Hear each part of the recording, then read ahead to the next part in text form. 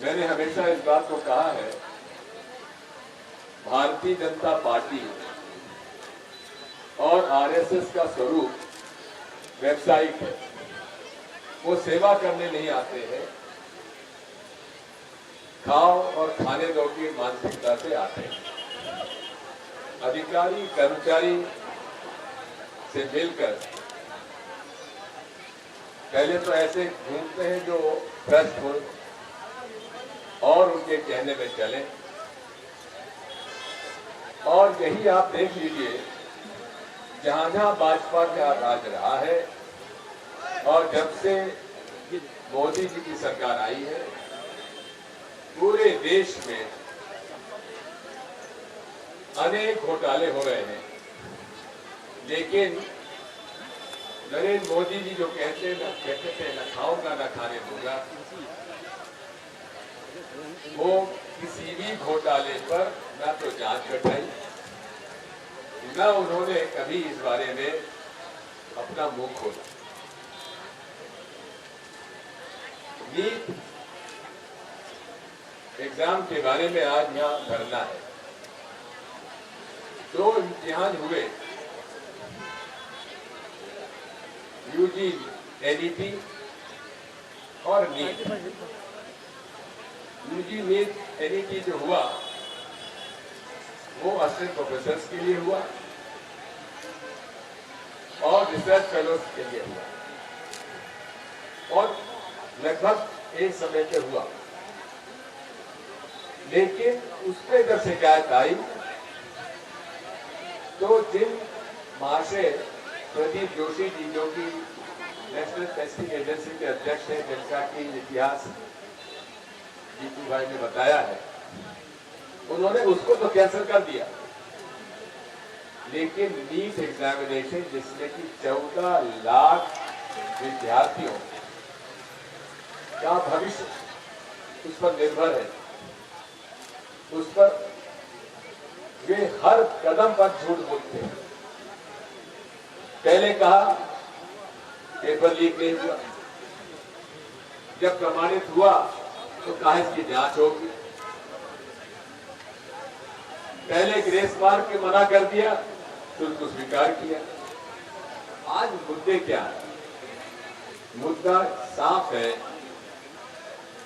भाजपा के राज में जितनी भी नियुक्तियां हुई है, चाहे उत्तर प्रदेश में, चाहे छत्तीसगढ़ में, चाहे मध्य प्रदेश में, चाहे जहां भी हो, वहां भर्ती में घपला हुआ है। जीतू पटवारी जी विश्वास सारंग इसमें पूरी तरीके से शामिल है घोटाले में।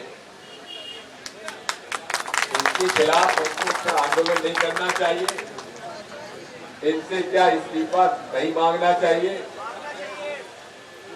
ये जहां जाए वहां तख्तिये लेकर हमको क्या खड़े नहीं होना चाहिए? भ्रष्ट मंत्री इस्तीफा दो, जब तक हम नहीं करेंगे ये बेशर्म लोग कभी नहीं सुधरेंगे। मुख्यमंत्री बदले हैं, नए मुख्यमंत्री जी हैं। अब नरसिंह घोटाला तो उनके समय नहीं हुआ, तो कम से कम अपनी यादगी लाठी उठाएं, तो यादगी लाठी उठाकर इनको सबको ठीक करें, बेईमानों को, इन सबको उजागर करें इनका भ्रष्ट आचरण।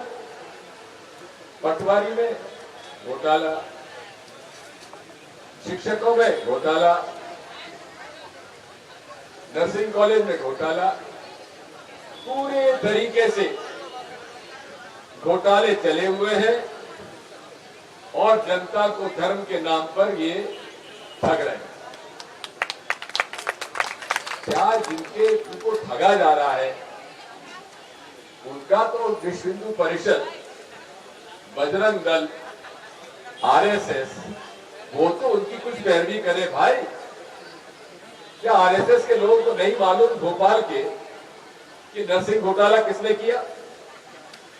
या आरएसएस के लोगों को नहीं मालूम भोपाल के कि जो उनका पैसे का लेन देन करता है उनके स्टाफ में है,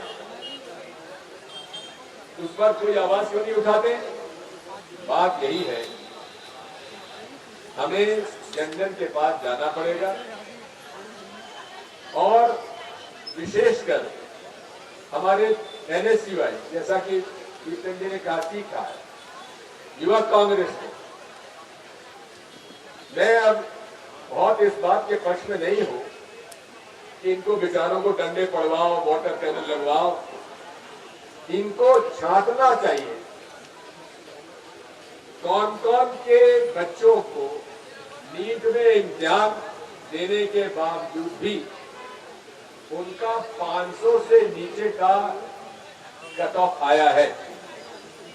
क्योंकि पहले तो 500, 550 तक भी लोगों को सरकारी कॉलेज मिल जाया करते थे। आज 650 का आने वाला भी उसको सरकारी मेडिकल कॉलेज नहीं मिलने वाला।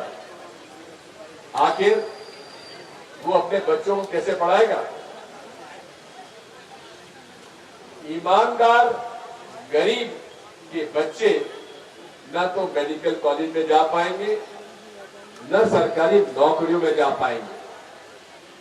केवल वही जाएंगे जिनके पास काला धन है और जो नालायक बच्चों को भी लायक साबित करके उन्हें नौकरी दिलवाएंगे, उनको डॉक्टर बनवाएंगे। पहले तो केवल मध्य प्रदेश की बदनामी होती थी कि दिग्विजय सिंह जी आपके राज्य का व्यापक डॉक्टर से इलाज नहीं कराएंगे। आप बताओ मोदी जी कि नीट में 720 नंबर पाने वालों से इलाज कौन कराएगा? हम आपसे पूछना चाहते हैं। अरे एम्स में सीटें हैं 50 और 67 लोगों को 720 नंबर आ गए, 100%। अब 67 में से 50 लोगों कैसे छांटोगे जिनको एम्स में भर्ती होगी? और जानकारी मिल रही है, उन्होंने कहा साहब जिसके फॉर्म पहले भरा होगा उसको हम दे देंगे। ये भी कोई मजाक है भाई? ये सब घपला ढकने का एक तरीका है। अब ये कहते हैं हमने ग्रेस मार्क जो दिए वो 1563 लोगों के लिए दिए। अरे आप उजागर तो करो, पूरी पारदर्शिता तो लाओ कि कितने लोगों को आपने ग्रेस मार्क दिए, तब तो पता पड़ेगा।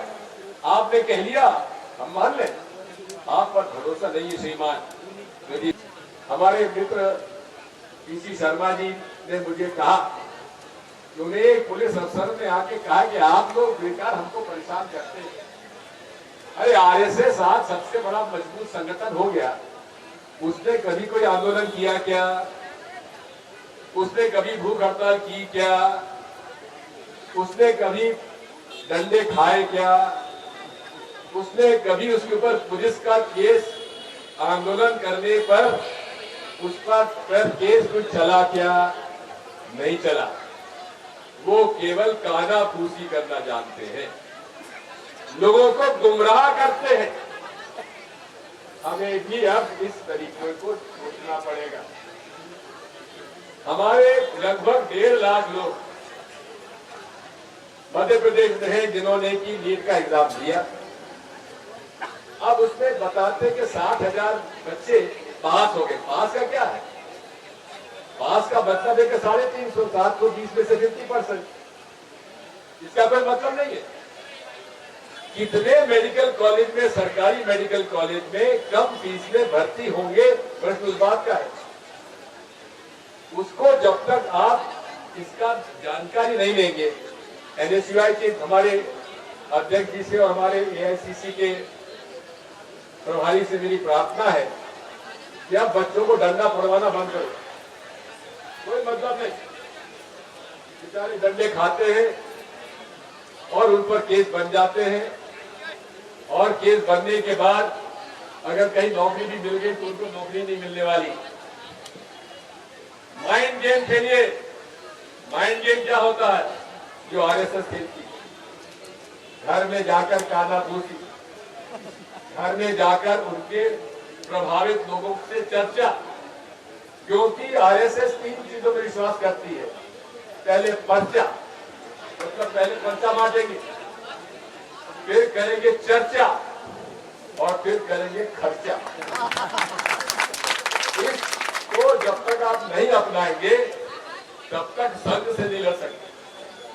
संघ का सबसे प्यारा व्यक्ति कौन है मध्य प्रदेश में? दिग्विजय सिंह, क्योंकि मैं संघ को उनसे ज्यादा जानता हूं और उनके बहकावे में नहीं आता। मेरे घर में भी आते हैं,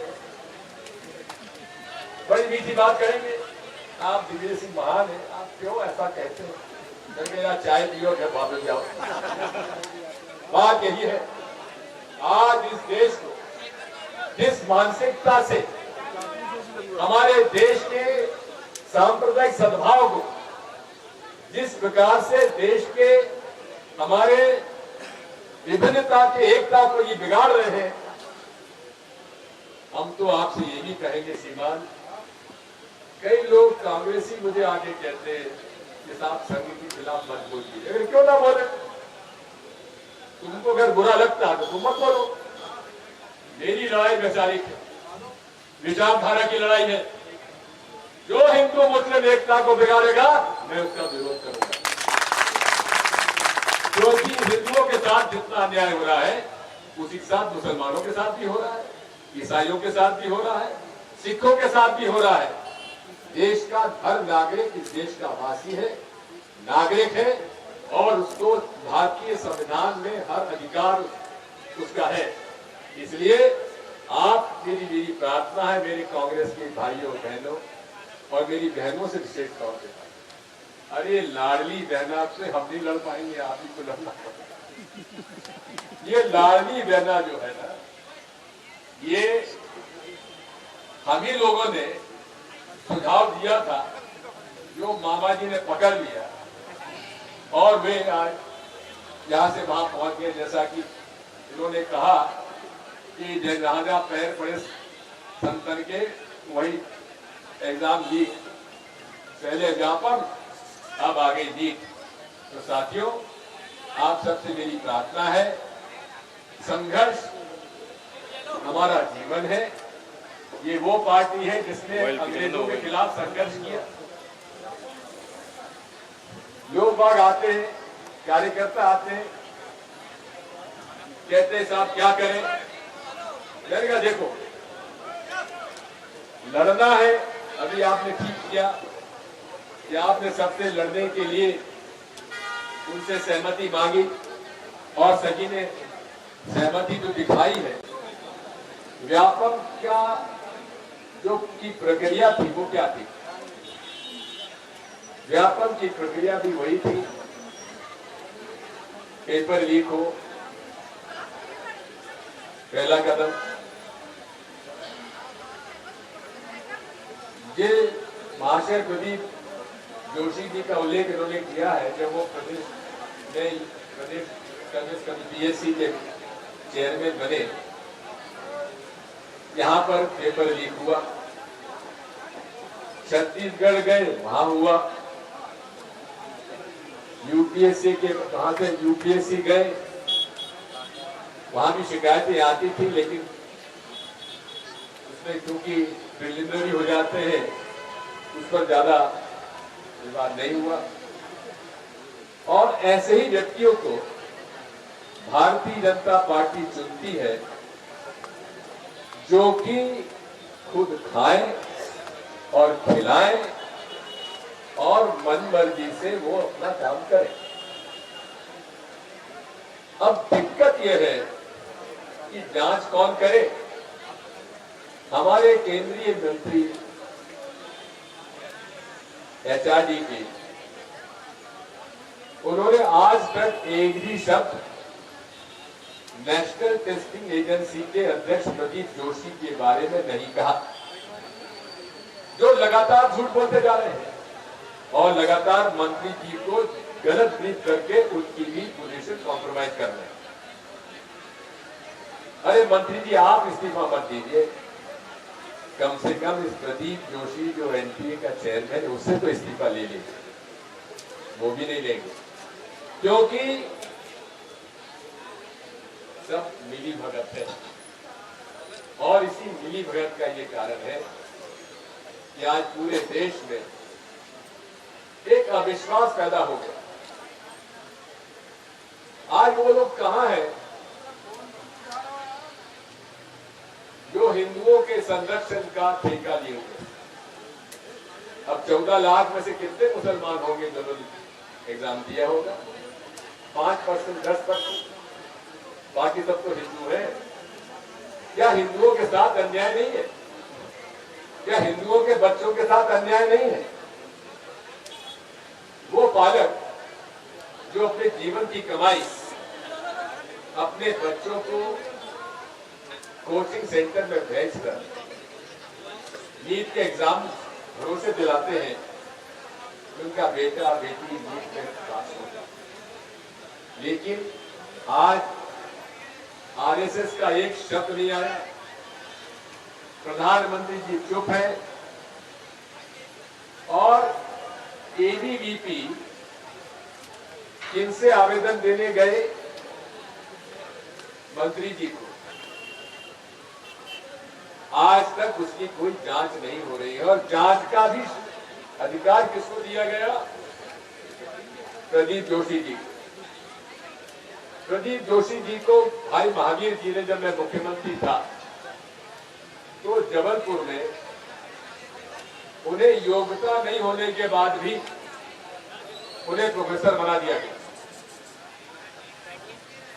हम लोगों ने इसका उल्लेख भी किया, लेकिन तब केंद्र में सरकार भाजपा की ही थी, अटल जी प्रधानमंत्री थे। कहने का मेरा मतलब यह है कि मूल रूप से जहां जहां एंट्रेंस एग्जामिनेशन के या नियुक्तियों के जहां भर्ती होती है, वहां एग्जाम पेपर लीक भी होते हैं और कुछ चुने हुए लोगों को या तो पैसे से या फिर उनके संपर्क से उनका चयन होता है। व्यापम का घोटाला 2 तरह का था। एक इंजीनियर मेडिकल कॉलेज में भर्ती का था, एक शासकीय नौकरियों में घोटाला था। सुप्रीम कोर्ट ने दोनों की जांच करने के लिए सीबीआई को सौंपा था। हम सोचते थे कि सीबीआई प्रीमियर इंस्टीट्यूशन है, ईमानदारी से जांच करेंगे, लेकिन उन्होंने भी जांच ऐसी की, लेकिन सहमति के साथ साथ जमीन पर भी उतरना पड़ेगा और जमीन पर आपको कोई कानून तोड़ने की आवश्यकता नहीं है, लेकिन माइंड गेम खेलने की जरूरत है। जहां बैठो वहां चर्चा करो इनकी बेईमानी की, इनकी भ्रष्टाचारी की और इनकी दलाली की। जब तक वो नहीं करोगे हम आगे नहीं बढ़ पाएंगे। मैं कहता हूं, मुझ पर आरोप लगता है दिग्विजय सिंह मुस्लिम परस्त है। मैं ना हिंदू परस्त हूं ना मुस्लिम परस्त हूं, मैं भारतीय परस्त हूं। हर देश का नागरिक को उसका अधिकार है जितना भारतीय संविधान में लिखा है। इसलिए साथियों, नीट की लड़ाई सड़कों पे लड़ने की आवश्यकता नहीं है। उन प्रभावित परिवारों, इन प्रभावित परिवारों के घर पे जाकर उनसे चर्चा करो, ये हमारी आवश्यकता है। आप चिंता मत करो, वो अपना पुराना साथी है, वो आंदोलन प्रदर्शन में हमेशा साथ आता है। मैं ये कह रहा हूं आपसे कि आप तय कर लो, पता लगा लो, बड़ी आसानी से पता लगाया जा सकता है कौन कौन परिवारों के बच्चों ने मध्य प्रदेश के नीट एग्जाम दिया, कौन कौन उसमें सफल हुए। 50% जिन्हें मार्क्स मिले, आप जो उनको 50% से अभी कम मिले उनसे बात करने की अभी फिलहाल जरूरत नहीं, उससे तो कहो कि आप सेकंड राउंड लो, लेकिन इस पर भी हमें चर्चा करने की आवश्यकता है। बहुत सारे मेरे सुझाव हैं, मैं फिर कभी आपको बताऊंगा, कैसे तो रोका जा सकता है, क्योंकि अभी ऑनलाइन एग्जामिनेशन सबसे बड़ा भ्रष्टाचार का ही गड्ढा बना हुआ है। अभी यूपी के भाजपा के सरकार में, जैसा कि हमारे वक्ता बता रहे थे, यूपी के भर्ती में जो एजेंसी लगाई गई वो गुजरात की एजेंसी थी और वहां उसके पकड़े गए और वो भाग गया। जम्मू कश्मीर को भी इन्होंने नहीं छोड़ा। अभी सब इंस्पेक्टर 1200 की भर्ती को हुआ, मेरी आईडी भी मोबाइल पहले ऑफलाइन हुआ, पेपर लीक हुआ, फिर ऑनलाइन किया, उसके अंदर उस कंपनी को ठेका दिया गया जो कि ब्लैक लिस्टेड थी। मध्य प्रदेश में भी ऑनलाइन जितनी भी कंपनी को ठेका दिया जाता है, अधिकांश मैं तो कहूंगा 100% ब्लैक लिस्टेड कंपनी को दिया जाता है, क्योंकि वो घपला करने में माहिर है। और घपला करने में माहिर जो है उन्हीं को तो भारतीय जनता पार्टी सरकार को बैठनी चाहिए, जो खाए और खिलाए। यही मेरी आपसे प्रार्थना है। आप सब ने गर्मी के अंदर बैठकर आज कांग्रेस का समर्थन किया। आप सबको बहुत बहुत धन्यवाद। भारत माता की